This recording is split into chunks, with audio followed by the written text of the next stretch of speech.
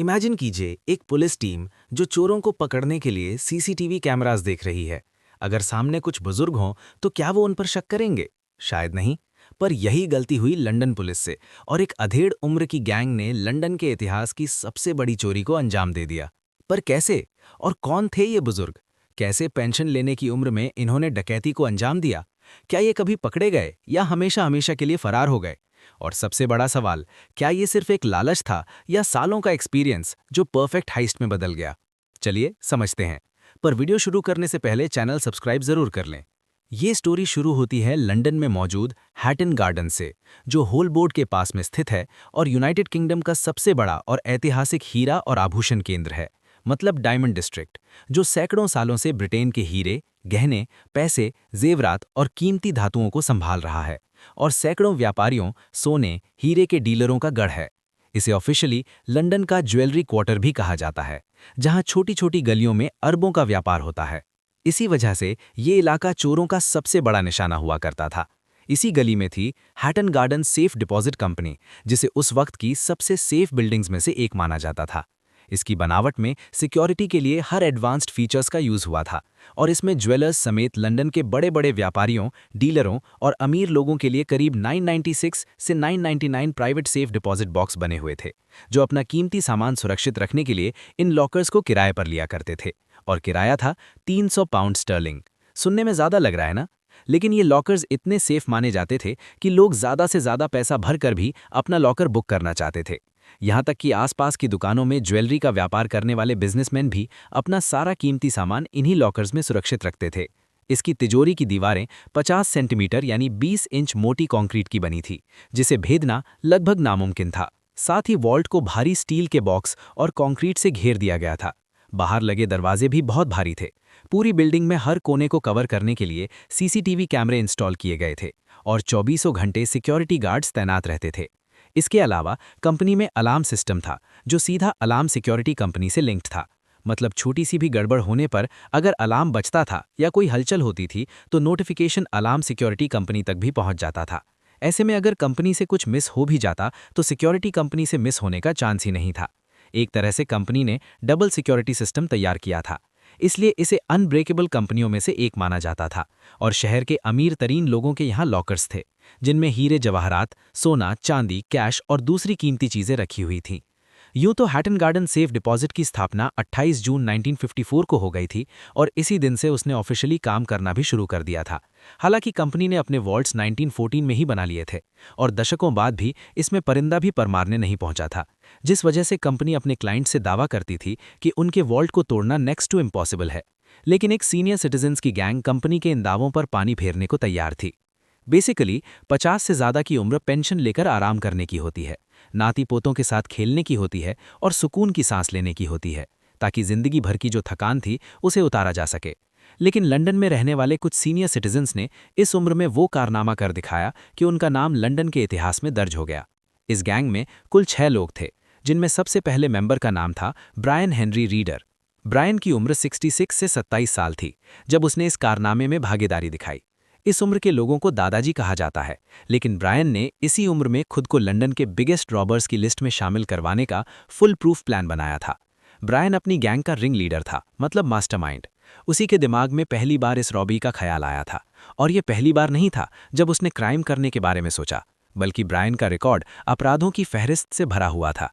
वो लंबे समय तक ब्रिटिश अंडरवर्ल्ड का हिस्सा रहा और सबसे कुख्यात अपराधी बनकर लोगों को डराना धमकाना उसका पेशा हुआ करता था।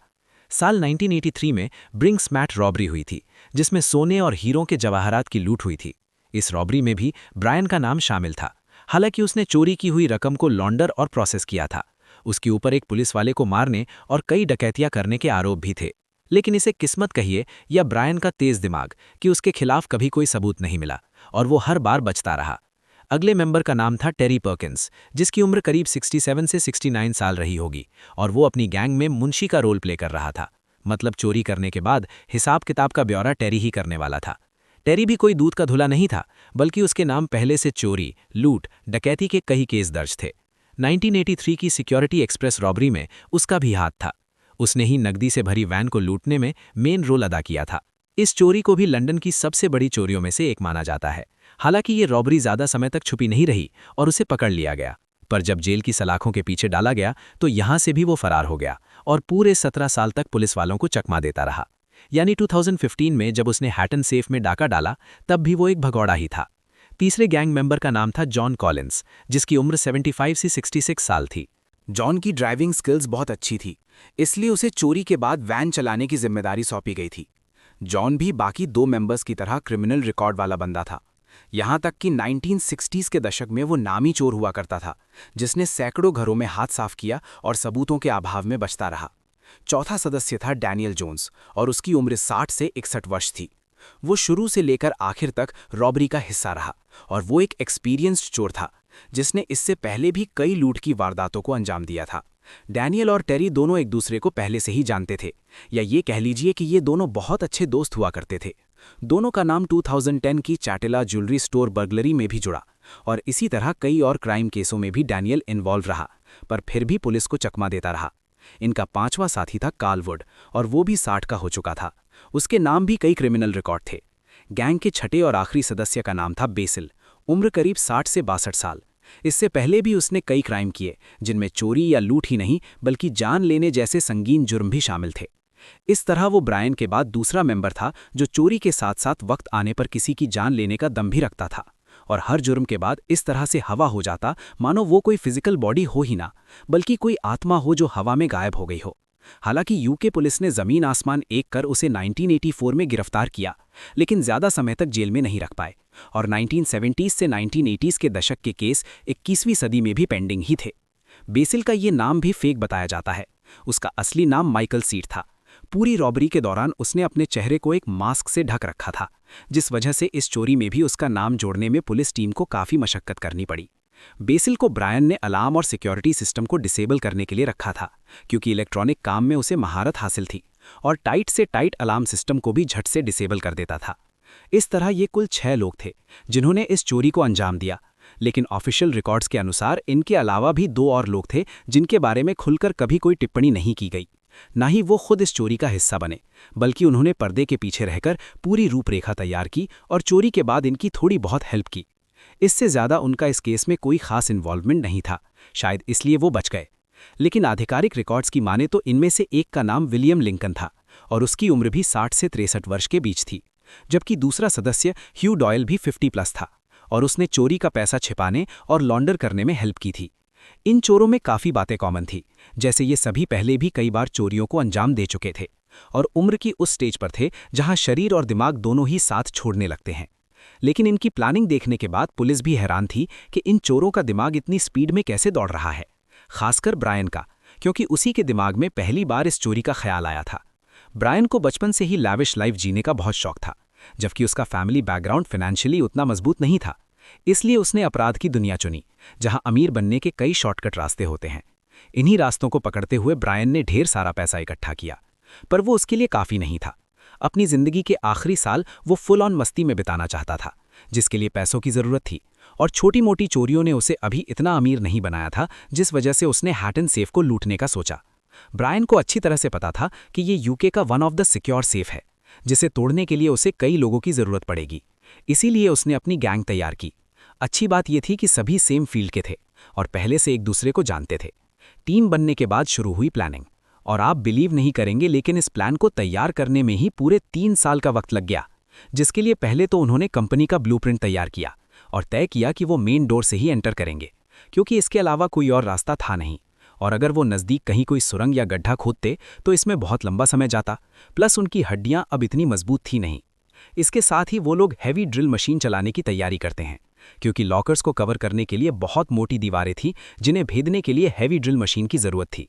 ब्रायन को पता था कि काम चाहे जितनी सावधानी से हो, लेकिन कोई ना कोई सबूत तो रह ही जाता है, और ये सभी कभी ना कभी तो पुलिस के हत्थे चढ़ ही चुके थे।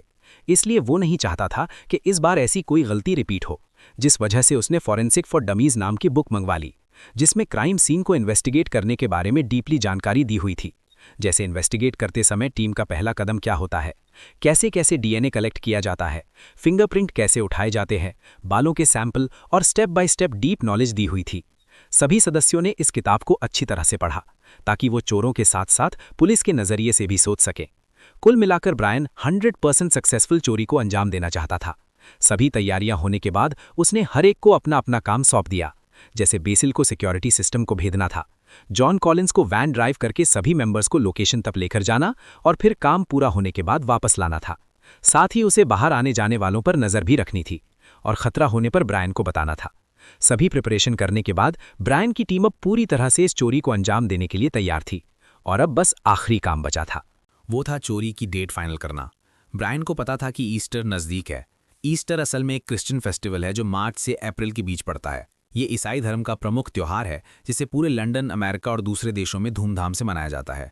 लंदन में ईस्टर के मौके पर ऑफिस, स्कूल और हर बैंक लगभग 5 दिनों के लिए नेशनल हॉलिडे पर बंद होते हैं। लेकिन ईस्टर से पहले मार्केट में सबसे ज़्यादा भीड़ होती है। लोग देर रात तक शॉपिंग करते हैं और दुकानें भी रात रात भर खुली रहती हैं। और हैटन गार्डन में तो 300 से ज़्यादा ज्वेलरी बिजनेस और 90 से ज़्यादा दुकानें हैं। ऐसे में यहाँ भीड़ की कोई लिमिट नहीं होती, जिस वजह से ब्रायन ने तय किया कि वो ईस्टर की छुट्टियों में ही इस चोरी को अंजाम देगा, क्योंकि अगर पहले कोशिश की तो पकड़े जाने का खतरा डबल था। जबकि छुट्टियों में हैटन सेफ पूरे 5 दिनों के लिए बंद होने वाला था। तब ना तो वहाँ सिक्योरिटी गार्ड होने वाले थे और ना ही कोई कर्मचारी। डे एंड नाइट वो जब चाहें धावा बोल सकते थे। सब कुछ तय हो जाने के बाद 2 अप्रैल 2015 की तारीख फाइनल होती है। ये वही दिन था जब छुट्टियां शुरू होने वाली थीं। शाम को करीब 7:30 बजे हैटन का स्टाफ सारा कामकाज पूरा करने के बाद वॉल्ट और मेन डोर को बाहर से लॉक करके अपने अपने घरों के लिए निकल जाता है। और ठीक 1 घंटे बाद 8:20 पर ब्रायन और उसकी गैंग एक वाइट कलर की वैन में कंपनी से थोड़ी दूर एक अंधेरे इलाके में पहुंचती है। वैन को पास की ही सुनसान रोड पर पार्क करने के बाद डैनियल और कालवुड उसमें से बाहर निकलते हैं। दोनों ने कंपनी के मेंटेनेंस स्टाफ की यूनिफॉर्म पहन रखी थी। दोनों टहलते हुए एक दूसरे से बातें करने का नाटक करते हैं और कंपनी के सामने से गुजरते हैं। वो ये देखना चाहते थे कि कंपनी के आसपास कोई है या नहीं, या उसके अंदर से सभी जा चुके हैं या नहीं। सब कुछ ठीक लगने के बाद दोनों गैंग को ग्रीन सिग्नल दिखा देते हैं। असल में इन्होंने बात करने के लिए वॉकी टॉकी का इस्तेमाल किया था और वैन से निकलने के बाद दोबारा कोई भी उसकी तरफ नहीं जा रहा था, ताकि अगर कोई यहाँ से गुजरे भी तो उसे शक ना हो। कालवुड और डैनियल ने जब ओके कर दिया तब बेसिल एक पॉलिथीन की हेल्प से अपना मुंह छुपाते हुए बिल्डिंग के ठीक सामने आता है। असल में वो नहीं चाहता था कि उसका फेस सीसीटीवी कैमरों में रिकॉर्ड हो जाए, इसलिए उसने अपने चेहरे को कवर किया और एग्जिट डोर के पास पहुंचा। क्योंकि उसने पहले भी मास्टर की हेल्प से कई दरवाजों को खोला था, इसलिए यहाँ भी वो अपना हुनर दिखाता है और एग्जिट डोर को अनलॉक कर सभी को अंदर आने का इन्विटेशन दे देता है। एक एक कर सभी गैंग मेंबर कंपनी में दाखिल होते हैं और जॉन उस वाइट वैन को कंपनी के सामने रोड पर खड़ा करता है, जिसमें से वो लोग कचरा भरने वाली ट्रॉली और औजार बाहर निकालते हैं। और जॉन वैन को सामने वाली बिल्डिंग के पास पार्क कर देता है। साथ ही खुद भी उसी बिल्डिंग के फर्स्ट फ्लोर पर खड़ा होकर हैटन कंपनी और आसपास रोड पर नजर रखने लगता है, ताकि कोई आए तो सभी को पहले ही इन्फॉर्म कर दे। इधर 2 गैंग मेंबर सीधा बेसमेंट में पहुंचते हैं और उस एयरलॉक दरवाजे के पास खड़े हो जाते हैं, जिसके पीछे से वॉल्ट तक जाने का रास्ता था। जबकि 2 और मेंबर सेकंड फ्लोर पर पहुंचते हैं और लिफ्ट को उसी फ्लोर पर बुला लेते हैं। इसके बाद वो अपना एक जूता लिफ्ट के दरवाजे के बीच में फंसाकर उसे डिसेबल कर देते हैं। मतलब साफ था, अब ना तो लिफ्ट ऊपर जा सकती थी और ना ही नीचे आ सकती थी। इसके बाद ये दोनों फिर से नीचे ग्राउंड फ्लोर पर पहुंचते हैं और यहाँ मौजूद लिफ्ट के दरवाजे को औजारों की हेल्प से खोलने लगते हैं, जिसके बाद वो यहीं से होकर नीचे मेटल शटर तक पहुंचते हैं। ये मेटल शटर वॉल्ट के बिल्कुल पास था। इसे थोड़ा ऊपर उठाकर वो रेंगते हुए बेसमेंट के उस हिस्से में जा पहुंचते हैं जहां अब उन्हें अपने ठीक सामने वॉल्ट नजर आ रहा था। यहाँ से सभी अपना अपना काम पकड़ लेते हैं। बेसिल बेसमेंट में सीढ़ियों के नीचे बने छोटे से एरिया में पहुंचता है जहां कंट्रोल रूम मौजूद था। यहीं से सीसीटीवी कैमरे, air lock system, security alarm और दूसरी चीज़ों को मॉनिटर किया जाता था। बेसिल इन सभी को डिसेबल कर देता है, साथ ही एयर लॉक सिस्टम का पावर कट कर देता है, जिस वजह से वो खुल जाता है और सभी गैंग मेंबर अपने औजारों के साथ अंदर घुस जाते हैं। अब उनकी और वॉल्ट के बीच में सिर्फ एक चीज़ थी और वो था लोहे की मजबूत सरियों से बना दरवाज़ा, इसलिए वो उसे काटना शुरू कर देते हैं। लेकिन तभी कुछ ऐसा होता है कि उनका पूरा कॉन्फिडेंस हवा हो जाता है और हर गैंग मेंबर डर के मारे पसीने छोड़ने लगता है। दरअसल हुआ यूं कि बेसिल जब अंदर आया तो उसने अलार्म सिस्टम को डीएक्टिवेट कर दिया, ताकि अंदर कोई भी तोड़फोड़ हो तो अलार्म ना बजे।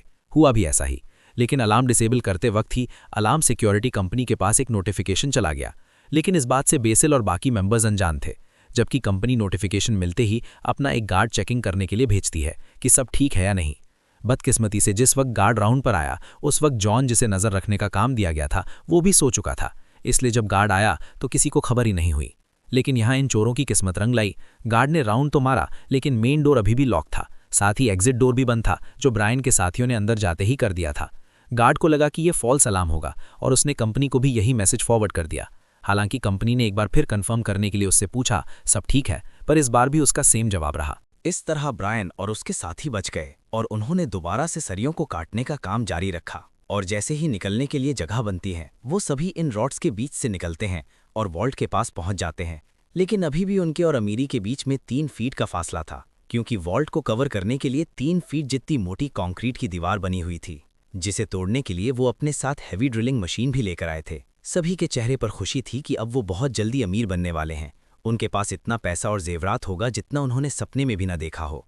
हालांकि इस चमक के साथ एक डर भी था कि अगर वो पकड़े गए तो बची खुची पूरी जिंदगी जेल में काटनी पड़ेगी। डर और खुशी से मिले जुले रिएक्शंस के बीच आखिरकार वो लोग कंक्रीट की दीवार को भेदने में कामयाब रहते हैं और इतना बड़ा होल तैयार कर लेते हैं जिसमें से वो आसानी से पार हो जाएं। ड्रिलिंग के बाद कार्ल वुड ने सभी से कहा कि इस चोरी के बाद उनका नाम लंदन की हिस्ट्री में लिखा जाएगा। और ये सही भी था, क्योंकि वो उस उम्र में आकर इतनी बड़ी चोरी कर रहे थे जिस उम्र में लोग रेस्ट करते हैं। लेकिन कहते हैं ना, किस्मत से पहले और किस्मत से ज़्यादा ना किसी को मिला है और ना ही मिलेगा।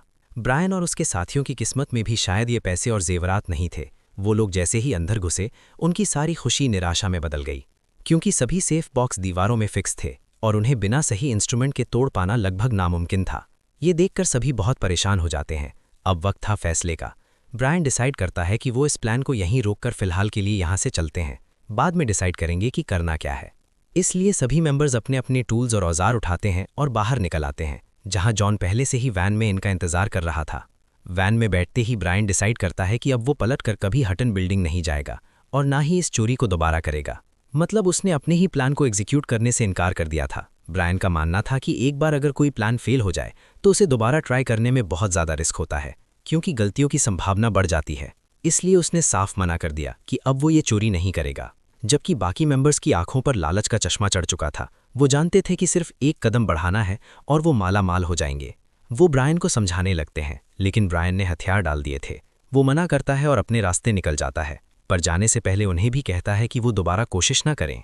अब गैंग का लीडर ही एग्जिट कर चुका था, पर फिर भी ये लोग नहीं रुके। उन्होंने सोचा कि ब्रायन नहीं हुआ तो क्या, वो खुद ये चोरी कर सकते हैं। इसलिए उन्होंने बिना ब्रायन के ही हटन बिल्डिंग को लूटने का डिसाइड किया। और कई घंटों तक चली बातचीत और मीटिंग के बाद उन्होंने ये तय किया कि वो एक पावरफुल हाइड्रोलिक मशीन खरीदेंगे जो उन सेफ बॉक्स को आसानी से तोड़ दें। मशीन लाने की जिम्मेदारी जॉन और डैनियल को दी जाती है, जो अगले ही दिन एक वाइट गाड़ी में सवार होकर एक इक्विपमेंट स्टोर पहुंचते हैं। जॉन ने गाड़ी पार्क की और उसी में बैठा रहा, जबकि डैनियल दुकान के अंदर गया और एक मजबूत बड़ी हाइड्रोलिक मशीन लेकर बाहर निकला और उसे डिग्गी में रखकर अपने अड्डे पर पहुंचा, जहां मीटिंग में तय होता है कि सेम नाइट को ही चोरी करनी है। लेकिन पिछली रात जो हुआ उसके बाद उन्हें डर था कि कहीं बात पुलिस तक तो नहीं पहुंच गई। इसलिए रात को चोरी करने से पहले गिरोह के 2 लोग हटन बिल्डिंग के सामने से गुजरते हैं, ताकि ये चेक कर सकें कि किसी को कुछ पता तो नहीं चला। बिल्डिंग और सड़क पूरी तरह से सुनी पड़ी हुई थी, मतलब साफ था कि अभी तक उनके कारनामे की खबर किसी को नहीं थी। रास्ता साफ देखते ही वो दोनों बाकियों को इन्फॉर्म करते हैं और सभी पिछली बार की तरह एग्जिट डोर से सीधा अंदर एंटर करते हैं। इस बार बेसिल को भी कुछ करने की जरूरत नहीं पड़ी, क्योंकि सब कुछ बिखरा और पहले से सेट था। वहीं बाहर जॉन अभी भी वैन लिए दूसरी बिल्डिंग के पास खड़ा था। इधर ये सीधा बेसमेंट की तरफ भागते हैं, लेकिन तभी सायरन बुझाती पुलिस की गाड़ी आती है और राउंड मारकर चली जाती है। असल में ये एक रूटीन पेट्रोलिंग थी और वैन इस तरह से पार्क थी कि पुलिस वालों की नज़र उस पर पड़ी ही नहीं, और इस तरह एक बार फिर ये लोग बच गए। सब ने चैन की सांस ली, सिवाय कार्ल वुड के। कार्ल सायरन की आवाज़ सुनते ही इतना घबरा गया कि उसकी सांस फूलने लगी। वो डर के मारे कांप रहा था। उसे लगा कि अगर वो पकड़ा गया तो उसकी बची हुई लाइफ पूरी तरह से बर्बाद हो जाएगी और एक न एक दिन वो पकड़े जरूर जाएंगे। इसी डर में उसने भी इस प्लान से खुद को वापस खींचने का इरादा बना लिया। बाकी मेंबर्स उसे समझाने लगे कि ऐसा कुछ नहीं होगा, पर वो किसी की सुनने को तैयार ही नहीं था। उसने डर के मारे औजार छोड़ और वहां से निकल गया। इस तरह 6 में से 2 लोग चोरी से पहले ही अपना नाम वापस ले चुके थे। अब ये सिर्फ 4 थे, बेसिल, डैनियल, टेरी और जॉन कॉलिंस, जबकि चोरी करने के लिए सिर्फ 3 थे, क्योंकि जॉन बाहर वैन में नजर रख रहा था। कार्ल के जाने से बेसिल और टेरी पर भी असर पड़ा। उनका भी मनोबल गिरा, लेकिन पैसों की चमक ने उनका इरादा टस से मस नहीं होने दिया और वो हाइड्रोलिक मशीन की मदद से सेफ्टी डिपॉजिट बॉक्स के पूरे कैबिनेट को दीवार से निकालने में लग गए। ये काम देखने में जितना मुश्किल था, हाइड्रोलिक मशीन ने उतना ही आसान बना दिया। ये मशीन इतनी ज़्यादा शक्तिशाली थी कि इसने जो फोर्स जनरेट किया वो करीब 10 टन का था, जिस वजह से दीवार में दरारें पड़ गईं और कैबिनेट के ज़्यादातर सेफ्टी डिपॉजिट बॉक्स बाहर आ गए, जिनमें अरबों खरबों के सोने चांदी के जेवर, रत्न, डॉक्यूमेंट और ढेर सारे नोटों के बंडल रखे हुए थे। अब डैनियल और बेसिल एक एक कर बॉक्स तोड़ना शुरू करते हैं और इनमें से निकलने वाली चीज़ों को पिछली रात दीवार में जो होल किया था उसकी मदद से दीवार के उस पार खड़े टेरी तक पहुंचाना शुरू करते हैं। टेरी का काम था इन बॉक्स से निकलने वाली कीमती चीज़ों और फिजूल चीज़ें जो उनके काम की नहीं थीं, जैसे डॉक्यूमेंट वगैरह, उन्हें अलग अलग करना, और जो कीमती हैं उसे ही अपने साथ लेना। टेरी भी यही कर रहा था। वो पैसे और जेवर अपने साथ लाई कचरा भरने वाली ट्रॉली में डालने लगा।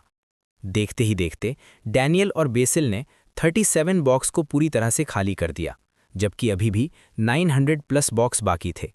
लेकिन टेरी ने इन्हें खोलने से मना कर दिया, क्योंकि वो जितनी ट्रॉलियां लाए थे वो सभी भर चुकी थीं। अब उनके पास लूट का सामान रखने के लिए कोई साधन नहीं था। बेसिल और डैनियल भी रुक जाते हैं और उसी होल से बाहर टेरी के पास आते हैं। इसके बाद ये ट्रॉलियों को लेकर एग्जिट डोर से बाहर निकलते हैं और उसे लॉक कर देते हैं। इसके बाद वो वैन में बैठकर यहां से निकल जाते हैं और खुशी से जश्न मनाते हैं। बेशक इन्होंने सिर्फ 37 सेफ डिपॉजिट लूटे थे, लेकिन इन बॉक्स से भी उन्होंने पूरे 14 मिलियन पाउंड उड़ा लिए थे, जो भारतीय करेंसी में करीब 168 करोड़ रुपए थे। जबकि कई मीडिया रिपोर्ट्स के अनुसार ये चोरी 200 मिलियन पाउंड की थी, इसलिए इसे लंदन के इतिहास की सबसे बड़ी चोरियों में शुमार किया जाता है, जिसे काफ़ी हद तक वेल प्लान्ड चोरी भी कहा जा सकता है, क्योंकि इन चोरों को ढूंढने के लिए पुलिस को भी काफ़ी तड़म लगानी पड़ी थी। चोरी 3 अप्रैल को हुई थी, लेकिन 7 अप्रैल तक किसी को पता ही नहीं था कि हैटन कंपनी में हुआ क्या है। 7 अप्रैल को जब ईस्टर की छुट्टियां खत्म होती हैं, तब कंपनी का स्टाफ काम पर लौटता है। वो लोग नॉर्मल दिनों की तरह दरवाज़ा खोलते हैं और काम शुरू करते हैं, लेकिन सुबह काफ़ी देर तक भी उन्हें इस चोरी की भनक नहीं लगती, क्योंकि कोई बेसमेंट में गया ही नहीं था। करीब आधे से 1 घंटे के बाद जब वो लोग बेसमेंट में जाते हैं तो वहां का नज़ारा देखकर उनकी आंखें फटी की फटी रह जाती हैं। सब कुछ बिखरा और टूटा फूटा पड़ा था। वो सेफ्टी डिपॉजिट बॉक्स देखते हैं जो इधर उधर पड़े हुए थे। उनमें से ज़्यादातर सामान गायब था, हालांकि मैक्सिमम बॉक्स सेफ थे। उन्होंने तुरंत इस कांड की खबर कंपनी के मालिक और पुलिस को दे दी। पुलिस ठीक सुबह 9 बजे कंपनी में पहुंच जाती है। तहकीकात में उनकी नज़र हाइड्रोलिक मशीन और कुछ औजारों पर पड़ती है, जिन्हें ब्रायन गैंग वहीं छोड़ गई थी। थोड़ी ही देर में मीडिया के कैमरे भी वहां पहुंच जाते हैं और ये चोरी जंगल की आग की तरह पूरे यूके में फैल जाती है। कंपनी के ओनर के लिए ये किसी सदमे से कम नहीं था, क्योंकि इतनी हाई सिक्योरिटी के बावजूद उनकी कंपनी में कोई सेंध लगाकर फरार हो चुका था।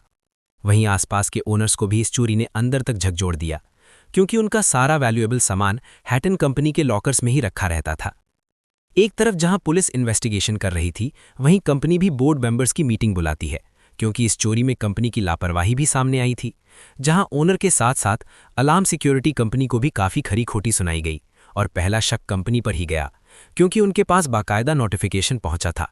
फिर भी उन्होंने पुलिस को इन्फॉर्म करने की ज़रूरत नहीं समझी और एक गार्ड के कहने पर कोई एक्शन नहीं लिया, जबकि ऐसा होने पर उनकी जिम्मेदारी बनती थी कि वो सबसे पहले पुलिस को इन्फॉर्म करें और फिर खुद भी अच्छी तरह से इन्वेस्टिगेट करें। अगर वो ऐसा करते तो चोर उसी वक्त पकड़े जा सकते थे। इधर पुलिस ने भी अपनी इन्वेस्टिगेशन को आगे बढ़ाया। उन्हें यकीन था कि इन मशीनों या किसी न किसी औजार पर उन्हें चोरों के फिंगरप्रिंट या फुटप्रिंट जरूर मिल जाएंगे, लेकिन उन्हें क्या पता था कि चोर उनसे 2 नहीं बल्कि 10 कदम आगे हैं। ब्रायन गैंग ने इसीलिए फॉरेंसिक फॉर डमीज किताब पढ़ी थी, ताकि चोरी के बाद एक भी सबूत ना छूटे। उन्होंने काम पूरा होते ही एक सबूत साफ कर दिया, जिसमें फिंगरप्रिंट और फुटप्रिंट शामिल थे। पुलिस को तफ्तीश में एक ब्लीच की बोतल भी मिली, जिसकी मदद से ब्रायन गैंग ने सारे निशान साफ किए थे। साथ ही इन चोरों ने सीसीटीवी कैमरे की हार्ड ड्राइव भी निकाल ली थी, जिस वजह से पुलिस के हाथ ना तो उनकी उंगलियों के निशान लगे और ना ही एक भी तस्वीर। इस वजह से चोरी के कई दिनों बाद तक पुलिस के हाथ खाली रहे। हालांकि उन्हें ये आइडिया तो हो गया था कि इस चोरी के पीछे कोई शातिर चोर हैं, जिन्हें फॉरेंसिक जांच और बाकी चीज़ों के बारे में गहरी नॉलेज है। ऐसे में उन्हें पकड़ना काफ़ी मुश्किल होने वाला था। वहीं मीडिया और न्यूज़पेपर्स में इस चोरी को खूब हाईलाइट किया गया। पुलिस पर भी प्रेशर बढ़ता जा रहा था। उन्हें किसी भी हाल में इस गैंग को पकड़ना था, साथ ही साथ चोरी के माल की रिकवरी भी करनी थी। वैसे तो हर शातिर चोर की तरह ब्रायन और गैंग ने भी अपने प्लान में कोई कमी नहीं छोड़ी, पर हर अपराधी की तरह एक गलती ऐसी थी जो वो कर बैठे। उन्होंने कंपनी के सीसीटीवी कैमरों से तो खुद को गायब कर दिया, लेकिन वो भूल गए कि लंदन की सड़कों पर हर जगह सीसीटीवी कैमरे लगे हुए हैं, जो हर आने जाने वाले इंसान और गाड़ियों को रिकॉर्ड करते हैं, और इन कैमरों का एक्सेस लंदन पुलिस के पास भी था। जब टीम को इन चोरों को ढूंढने का कोई रास्ता समझ नहीं आया, तब हैटन गार्डन और उसके आसपास के इलाकों के हर सीसीटीवी कैमरे को खंगाला गया। ये टास्क बहुत बड़ा था, लेकिन पुलिस ने हार नहीं मानी और सैकड़ों फुटेज देखने के बाद उन्हें एक कॉमन कड़ी नजर आई, और वो थी वो सफ़ेद वैन जिसे जॉन ड्राइव कर रहा था। ये वैन बिल्डिंग के पास लगातार 2 दिनों तक नजर आई। वो भी देर रात को। साथ ही जब चोरी हुई उसके बाद भी एकमात्र यही वैन थी जो इस एरिया से निकली। पुलिस को समझते देर नहीं लगी कि इसी गाड़ी में लूट का माल ले जाया गया है और अब यही गाड़ी है जो उन्हें चोरों तक पहुंचाएगी। इसके अलावा उन्हें गाड़ी से 2 गैंग मेंबर मेंटेनेंस वर्कर की यूनिफॉर्म में उतरते हुए भी नजर आते हैं। साथ ही बेसिल जब मुंह छुपाकर इमारत की तरफ जा रहा था, वो रिकॉर्डिंग भी उनके हाथ लग जाती है। पुलिस इस फुटेज से इन लोगों का स्केच बनवाती है कि ये कैसे दिखते होंगे। साथ ही उस सफ़ेद वैन की नंबर प्लेट से पता लगाती है कि ये गाड़ी कुछ दिन पहले ही चोरी हो गई थी। इस तरह ये एंगल फेल हो जाता है। इसलिए पुलिस ने एक बार फिर बारीकी से फुटेज चेक की, जिसमें उन्होंने देखा कि 2 अप्रैल को ये गैंग बिल्डिंग से बाहर तो निकली, लेकिन उस रात उनके हाथ में कोई भी बैग नहीं था। मतलब चोरी उसकी अगली रात हुई है। मतलब साफ था, चोरी दूसरी बार में हुई थी। यहाँ पुलिस एक सफ़ेद कार को नोटिस करती है जो हैटिंग बिल्डिंग के आसपास चक्कर मारते हुए कई बार देखी जाती है। सैटरडे नाइट को जब चोरी हुई, उससे पहले भी यही कार बिल्डिंग के बाहर राउंड मार रही थी। ये कार किसी और की नहीं बल्कि जॉन कॉलिंस की थी, जो चोरी से पहले चेक करने आया था कि कहीं कोई गड़बड़ तो नहीं है, और यही उसकी सबसे बड़ी गलती रही। पुलिस ने जॉन की कार का नंबर नोट कर लिया और इसी नंबर को ट्रेस करते हुए एक रेजिडेंशियल एरिया में पहुंची जहां वही गाड़ी पार्क थी। पुलिस जल्दबाजी ना करते हुए गाड़ी पर नजर रखती है ताकि चोरों को रंगे हाथों पकड़ा जा सके, और कुछ देर बाद ही उस गाड़ी से जॉन कॉलिंस बाहर निकलता है। पुलिस के हाथ ये इस केस में पहली बड़ी सफलता थी।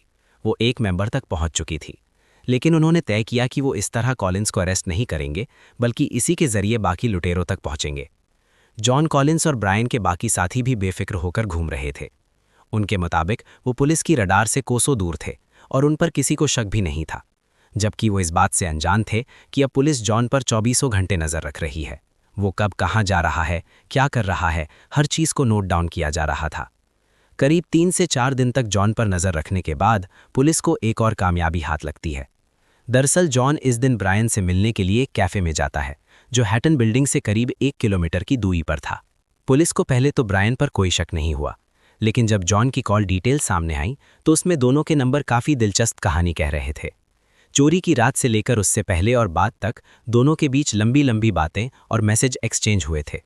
इसलिए पुलिस ब्रायन को भी मार्क कर लेती है, लेकिन उनके पास ना तो जॉन के खिलाफ कोई सबूत थे और ना ही ब्रायन के खिलाफ।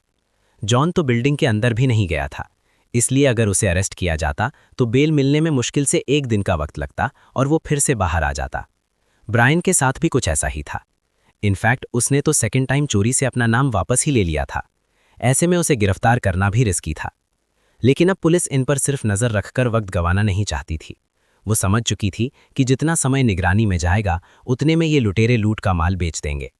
लेकिन माल की रिकवरी बहुत ज़रूरी थी, इसलिए अब पुलिस दूसरा प्लान ट्राई करती है और इन चोरों की खबर देने वाले को 20,000 पाउंड का इनाम देने का ऐलान करती है। लेकिन ये दाव उल्टा पुलिस पर ही भारी पड़ता है, क्योंकि कोई भी ये मानने को तैयार नहीं था कि इस उम्र में ये बुजुर्ग चोरी कर सकते हैं। लोगों का कहना था कि लंदन पुलिस अपना काम नहीं करना चाहती, वो बस जल्दी से इस केस को रफा दफा करना चाहती है, इसलिए इन बुजुर्गों पर उंगली उठा रही है। दूसरी तरफ मीडिया तक भी ये बातें पहुंच गई थीं कि चोरी का शक एक ओल्ड एज गैंग पर किया जा रहा है, और मीडिया इन्हें चोर की जगह मास्टरपीस बताने लगती है। हालांकि अच्छी बात यह रही कि इनमें से किसी का नाम खुले तौर पर नहीं उछाला गया, वरना उन्हें पकड़ने में और मुश्किलें खड़ी हो जातीं। इसी सहूलियत के साथ पुलिस एक बार फिर अपना रास्ता बदलती है और दोबारा जॉन कॉलिंस पर नजर रखती है। करीब 2 दिनों तक उस पर निगरानी रखने के बाद 2 ऑफिसर जॉन का पीछा करते हुए नॉर्थ लंदन के एक पब में पहुंचते हैं, जहां जॉन डैनियल और टेरी से मिलने गया था। पुलिस को समझते देर नहीं लगी कि ये दोनों भी इस चोरी का हिस्सा हो सकते हैं, इसलिए शक के आधार पर 4 लोगों की लिस्ट तैयार की जाती है, जिसमें टेरी, जॉन, डैनियल और ब्रायन का नाम शामिल था। अब इन सभी पर कड़ी नजर रखी जाती है, साथ ही साथ उनके फ़ोन भी सर्विलांस पर डाल दिए जाते हैं। पुलिस इनके खिलाफ पुख्ता सबूत जुटा रही थी, इसलिए इनके पुराने कॉल और क्रिमिनल रिकॉर्ड भी खंगाले जाते हैं, और इसी छानबीन में पुलिस के हाथ सबसे बड़ा सबूत लगता है। उन्हें उस दोपहर की एक कॉल रिकॉर्डिंग मिलती है जब जॉन और डैनियल हाइड्रोलिक मशीन लेने के लिए स्टोर में पहुंचे थे। इस रिकॉर्डिंग में जॉन दुकान मालिक से हाइड्रोलिक मशीन के बारे में पूछता है। इस कॉल की टाइमिंग के आधार पर दुकान के बाहर रोड पर लगे सीसीटीवी कैमरे की फुटेज चेक की जाती है, जिसमें जॉन की वही सफ़ेद गाड़ी नजर आती है जिसमें उसके साथ डैनियल भी बैठा हुआ था। इसके बाद पुलिस स्टोर के अंदर की रिकॉर्डिंग देखती है और यहाँ जॉन हाइड्रोलिक मशीन लेते हुए रिकॉर्ड हो जाता है। यहाँ भी जॉन ने एक गलती की जो उसे और इस गैंग को बहुत भारी पड़ी। मशीन खरीदते वक्त उसने दुकान पर अपना नाम और एड्रेस असली लिखवा दिया था, जो बाद में पुलिस के बहुत काम आया। कछुए की रफ्तार से बढ़ रही इस जांच को अब पूरे 1 महीना गुजर चुका था। पुलिस के हाथ अब इतने सबूत आ चुके थे कि जॉन को अरेस्ट किया जा सके, लेकिन इतने सबूत इन्हें जेल में रोके रखने के लिए काफी नहीं थे। इसलिए पुलिस कुछ रोज और गैंग के सदस्यों पर नजर रखती है। और 1 मई 2015 की शाम को टेरी, जॉन और ब्रायन एक पब में शराब पीने के लिए मिलते हैं, लेकिन उन्हें ये नहीं पता था कि एक अंडरकवर एजेंट उनका पीछा कर रहा है और उनकी बातों को रिकॉर्ड करने के साथ साथ बड़ी सफाई से उनकी तस्वीरें भी खींच रहा है। दरअसल ये मीटिंग ब्रायन नहीं बुलाई थी। वो भले ही इस चोरी से पीछे हट गया था, लेकिन फिर भी उसे अपना हिस्सा चाहिए था, क्योंकि ये प्लान उसी का था। यहाँ बैठे बैठे वो अपनी प्लानिंग का एक एक पन्ना खोल देता है, जिसे अंडरकवर एजेंट रिकॉर्ड कर रहा था। पुलिस को यकीन हो चुका था कि इन्हीं बुजुर्गों की गैंग ने रॉबरी की है, पर उन्हें अरेस्ट करने से पहले वो 1 हफ्ते और इनकी कॉल रिकॉर्डिंग सुनती है, इस उम्मीद में कि शायद कोई और सदस्य भी इस चोरी में शामिल हो। और पुलिस का ये शक सिर्फ 2 दिन बाद ही यकीन में बदल जाता है, जब एक कॉल के दौरान कार्ल वुड का नाम सामने आता है। कार्ल वही था जो दूसरी रात चोरी होने से पहले ही लौट गया था। इस तरह पुलिस के पास 5 लोगों के नाम थे। अब बाकी छठा और आखिरी सदस्य था बेसिल, जिसका नाम भी 1-2 दिन बाद ही खुल गया और पुलिस को पता चला कि बेसिल ही वो इलेक्ट्रीशियन था जिसने अलार्म और सीसीटीवी सिस्टम को डिसेबल किया था, और उसी की वजह से ये सभी बेसमेंट में एंटर हो पाए थे। लेकिन बेसिल ने अपना चेहरा प्लास्टिक के बैग से कवर कर रखा था, जिस वजह से उसका हुलिया कई हफ्ते बीत जाने के बाद भी सामने नहीं आया, और अब ज़्यादा लेट करना लूट के सामान की बरामदगी में दिक्कत कर सकता था। इसलिए पुलिस डिसाइड करती है कि वो इन 5 मेंबर्स को ही अरेस्ट करेगी और लूट का पैसा रिकवर करेगी। कॉल रिकॉर्डिंग सुनने के दौरान ही पुलिस को यह भी पता चला कि लूट का सारा माल जॉन कॉलिंस के घर ले जाया गया था और फिर उसे 2 हिस्सों में बांटकर अलग अलग छिपा दिया गया था, ताकि बाद में जब मामला ठंडा पड़ जाए तब बराबर बराबर बांटा जा सके। इन 2 हिस्सों में से पहला जॉन ने अपने रिलेटिव विलियम लिंकन के पास रखवाया था, जबकि दूसरा हिस्सा एक कब्रिस्तान में छिपाया गया था। अब उन्हें इंतजार था उस दिन का जब इन पैसों को बांटा जाएगा। ये जानने के बाद पुलिस थोड़ा और रुकती है और उन्हें तब पकड़ने का तय करती है जब वो पैसों को बांट रहे हों, यानी रंगे हाथों। करीब 6 हफ्तों बाद पुलिस के हाथ ये सुनहरा मौका भी लग जाता है। ब्रायन और गैंग ने डिसाइड किया कि वो चोरी के पूरे माल के साथ एक बार फिर मिलेंगे। यहाँ वो सारा पैसा और जेवरात इकट्ठा करेंगे और जॉन कॉलिंस, जो पहले से यहाँ अपनी गाड़ी लिए खड़ा होगा, उसकी कार की डिग्गी में सामान रखकर टेरी के घर जाकर सब कुछ आपस में बांट लेंगे। ये सब जानने के बाद पुलिस भी इनके पीछे लग जाती है। वहीं गैंग के सभी सदस्य टेरी के घर पहुंचकर पैसा आपस में बांटना शुरू करते हैं। पुलिस, जो सही मौके की तलाश में पहले से ही टेरी के घर के आसपास मौजूद थी, वो यहाँ रेड मारकर इन सभी को रंगे हाथों पकड़ लेती है। पुलिस को देखते ही गैंग के सभी सदस्यों की हालत खराब हो जाती है। उन्हें यकीन नहीं हो रहा था कि पुलिस उन तक कैसे पहुंची। उनके मुताबिक उन्होंने परफेक्ट प्लानिंग की थी, जबकि पुलिस के मुताबिक उनके प्लान में जरा भी दम नहीं था। इन्हें अरेस्ट करने के साथ ही यहाँ से चोरी की गई रकम, सोने चांदी के जेवरात और कीमती चीज़ें रिकवर की जाती हैं, जिनकी अनुमानित कीमत करीब 4 मिलियन पाउंड थी, यानी करीब 50 करोड़ रुपए। कहते हैं कि ये रिकवरी पूरी नहीं थी, जबकि कुछ रिपोर्ट्स के अनुसार इतनी ही लूट हुई थी। खैर, इन 5 को गिरफ्तार करने के बाद सभी सबूतों के आधार पर कोर्ट में केस फाइल किया जाता है, जहां से ब्रायन यानी गैंग के मास्टरमाइंड को 6 साल 3 महीने की सज़ा सुनाई जाती है, जबकि बाकी लोगों को 7 साल की सज़ा होती है। वहीं बेसिल कभी पुलिस के हाथ लगा ही नहीं। वो चोरी के बाद इस तरह गायब हुआ कि फिर कभी लंदन में नजर नहीं आया। वहीं ब्रायन को 2018 में हेल्थ इश्यूज़ की वजह से जेल से रिहा कर दिया गया। 2021 में कोर्ट ने फैसला सुनाया कि वो इतना हेल्दी नहीं है कि जेल में रह सके। असल में ब्रायन को कॉलोन और प्रोस्टेट कैंसर था। वो लंबे समय तक अपनी इस बीमारी से लड़ता रहा, लेकिन 2023 में उसकी मौत हो गई। इस तरह अपनी 6 साल से ज़्यादा की सज़ा में से उसने सिर्फ 3 साल ही जेल में बिताए, वहीं बाकी मेंबर जेल में ही रहे। तो दोस्तों, ये थी वो चोरी जिसे बुजुर्गों की गैंग ने अंजाम दिया और अपने कारनामे से पूरी दुनिया को चौंका दिया। हालांकि इस चोरी में रकम कभी खुलकर सामने नहीं आई, लेकिन पुलिस ने जिस शातिर अंदाज में काम किया उसकी तारीफ ज़रूर हुई। पुलिस से भी ज़्यादा चर्चा ब्रायन और गैंग की हुई, जिनका नाम आज भी लंदन की बड़ी चोरियों में दर्ज है। कहानी कैसी लगी कमेंट में ज़रूर बताएं। ये तो बस शुरुआत है। ऐसी ही दिलचस्प कहानियों के लिए द यूनिक को सब्सक्राइब करें। मिलते हैं अगली वीडियो में।